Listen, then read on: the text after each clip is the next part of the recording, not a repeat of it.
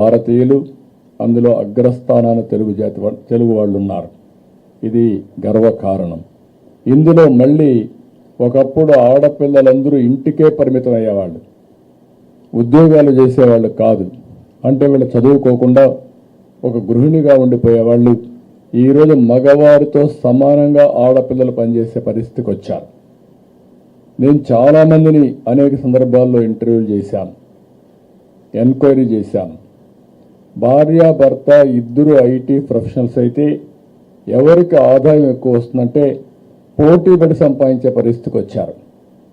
ఒక విధంగా చెప్పాలంటే చాలామందిని చూసినప్పుడు మగపిల్లల కంటే ఆడపిల్లలకే ఎక్కువ ఆదాయం వస్తూ ఉంది.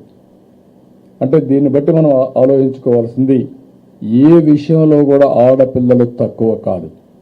కానీ వాళ్ళకు మెరుగైన అవకాశాలు ఇవ్వడం, రైట్ టైంలో వాళ్ళని ప్రోత్సహించడం, వాళ్ళని ఎక్కడికక్కడగా ఎంకరేజ్ చేయగలిగితే బ్రహ్మాండంగా విజయాలు సాధించే పరిస్థితికి వస్తారు.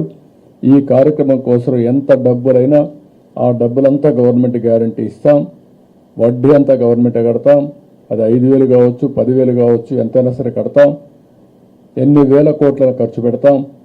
ఆ పెట్టుబడి రాష్ట్ర భవిష్యత్తు కోసం పెట్టే పెట్టుబడి, ఆడబిడ్డల భవిష్యత్తు కోసం ఖర్చు పెట్టే పెట్టుబడి. ఈ పెట్టుబడి వల్ల ఒక ఆత్మవిశ్వాసం వస్తుంది. స్కిల్ డెవలప్మెంట్ కూడా సైమల్టేనియస్గా ఇప్పటి నుంచే ఈ హై స్కూల్లో ఉన్నప్పుడే పిల్లలు ఒక ప్లానింగ్ చేసుకునే అవకాశం వస్తుంది. నేను పెద్ద అయితే ఈరోజు మనం చూస్తున్నాం. ఒకప్పుడు నేను ఐటీ చదువుకోమంటే అందరూ నవ్వారు.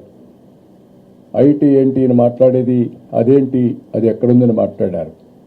ఆ రోజు నేను ప్రపంచం అంతా తిరిగి చెప్పాను, ఐటీ వల్ల మీ జీవితాల్లో మార్పు వస్తుంది. మీ పిల్లలకి ఎంత భూమి ఇస్తారనేది ముఖ్యం కాదు, ఎంత డబ్బులు ఇస్తారనేది ముఖ్యం కాదు, ఎంత బాగా చదివిస్తారనేది చాలా ముఖ్యం. ఆ చదువు వాళ్ళ ప్రయోజకులు చేస్తుంది. మీరిచ్చే ఆస్తి కంటే